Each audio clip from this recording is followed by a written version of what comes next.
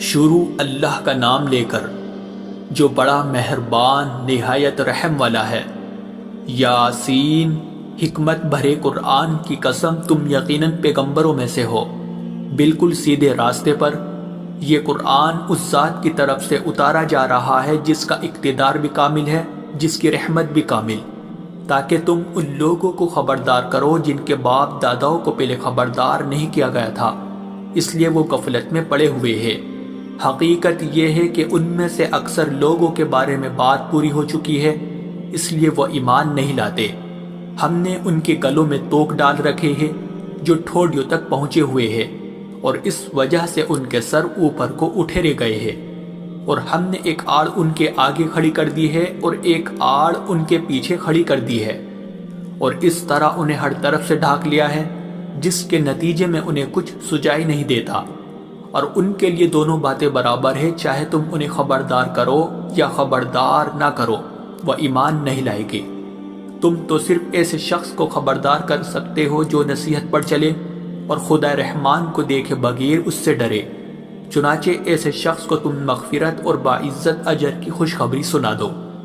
یقیناً ہم ہی مردوں کو زندہ کریں گے، اور جو کچھ عمل انہوں نے آگے بھیجے ہیں ہم ان کو بھی لکھتے جاتے ہیں، اور ان کے کاموں کی جو اثرات ہیں ان کو بھی، اور ہم نے ایک واضح کتاب میں ہر چیز کا احاطہ کر رکھا ہے۔ اور اے پیغمبر، تم ان کے سامنے ایک بستی والوں کی مثال پیش کرو جب ان کے پاس رسول آئے تھے۔ جب ہم نے ان کے پاس شروع میں 2 رسول بھیجے تو انہوں نے دونوں کو جھٹلا دیا، پھر ہم نے ایک تیسرے کے ذریعے ان کی تائید کی، اور ان سب نے کہا کہ یقین جانو ہمیں تمہارے پاس رسول بنا کر بھیجا گیا ہے۔ انہوں نے کہا تمہاری حقیقت اس کے سوا کچھ بھی نہیں ہے کہ تم ہم جیسے ہی آدمی ہو، اور خدا رحمان نے کوئی چیز نازل نہیں کی ہے، اور تم سراسر جھوٹ بول رہے ہو۔ ان رسولوں نے کہا ہمارا پروردگار خوب جانتا ہے کہ ہمیں واقعی تمہارے پاس رسول بنا کر بھیجا گیا ہے، اور ہماری ذمہ داری اس سے زیادہ نہیں ہے کہ صاف صاف پیغام پہنچا دے۔ بستی والوں نے کہا ہم نے تو تمہارے اندر نحوست محسوس کی ہے، یقین جانو اگر تم باز نہ آئے تو ہم تم پر پتھر برسائے گی اور ہمارے ہاتھوں تمہیں بڑی دردناک سزا ملے گی۔ رسولوں نے کہا تمہاری نحوست خود تمہارے ساتھ لگی ہوئی ہے، کیا یہ باتیں اس لیے کر رہے ہو کہ تمہیں نصیحت کی بات پہنچائی گئی ہے؟ اصل بات یہ ہے کہ تم خود حد سے گزرے ہوئے لوگ ہو۔ اور شہر کے پلے علاقے سے ایک شخص دوڑتا ہوا آیا، اس نے کہا اے میری قوم کے لوگوں، ان رسولوں کا کہنا مان لو، ان لوگوں کا کہنا مان لو جو تم سے کوئی اجرت نہیں مانگ رہے اور وہ صحیح راستے پر ہے، اور بھلا میں اس ذات کی عبادت کیوں نہ کروں جس نے مجھے پیدا کیا ہے، اور اسی کی طرف تم سب کو واپس بھیجا جائے گا۔ بھلا کیا اسے چھوڑ کر میں ایسوں کو معبود مانوں کہ اگر خدا رحمان مجھے کوئی نقصان پہنچانے کا ارادہ کر لے تو ان کے سفارش میرے کسی کام نہ آئے، اور نہ وہ مجھے چھڑا سکے۔ اگر میں ایسا کروں گا تو یقیناً میں کھلی گمراہی میں مبتلا ہو جاؤں گا۔ میں تو اپنے پروردگار پر ایمان لا چکا، اب تم بھی میری بات سن لو۔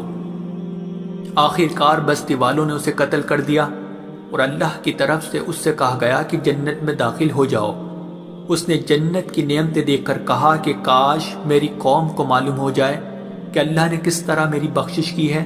اور مجھے باعزت لوگوں میں شامل کیا ہے۔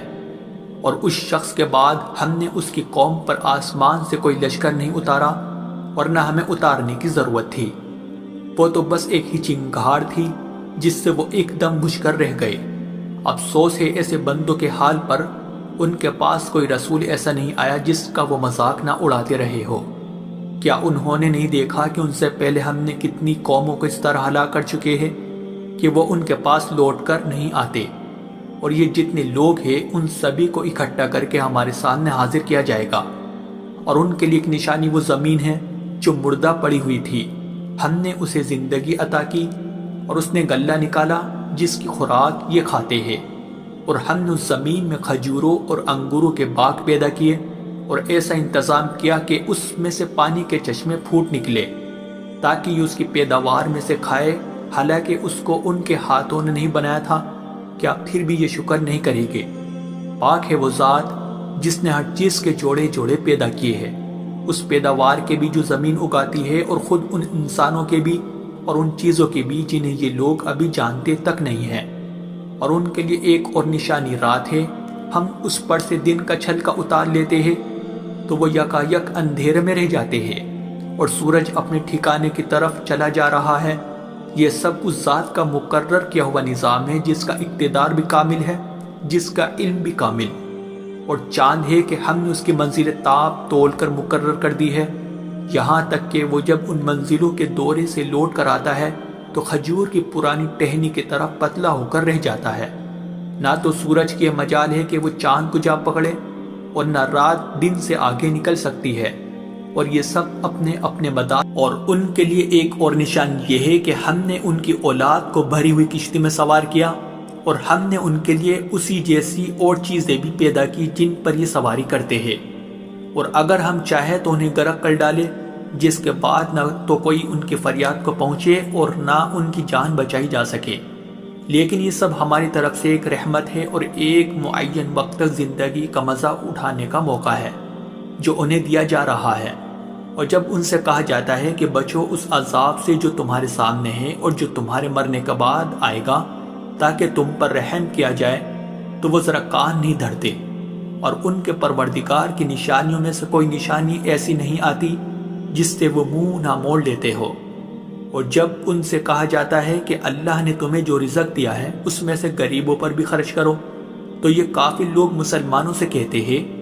کہ کیا ہم ان لوگوں کو کھانا کھلائے جنہیں اگر اللہ چاہتا تو خود کھلا دیتا؟ مسلمانوں،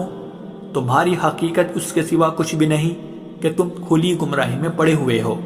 اور کہتے ہیں کہ یہ قیامت کا وعدہ کب پورا ہوگا؟ مسلمانوں بتاؤ اگر تم سچے ہو۔ دراصل یہ لوگ بس ایک چنگاڑ کا انتظار کر رہے ہیں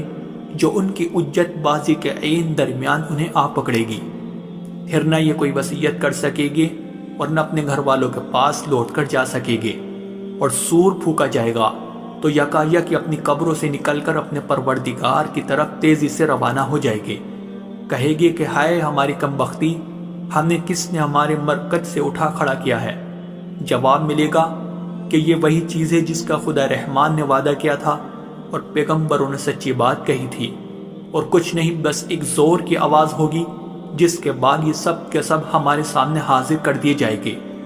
چنانچہ اس دن کسی شخص پر کوئی ظلم نہیں ہوگا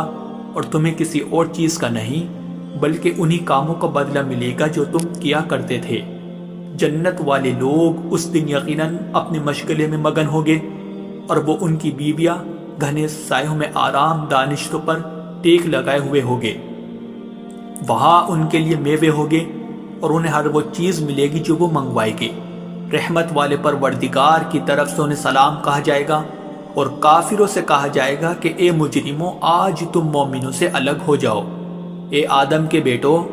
کیا میں نے تمہیں یہ تاکید نہیں کر دی تھی کہ تم شیطان کی عبادت نہ کرنا، وہ تمہارا کھلا دشمن ہے،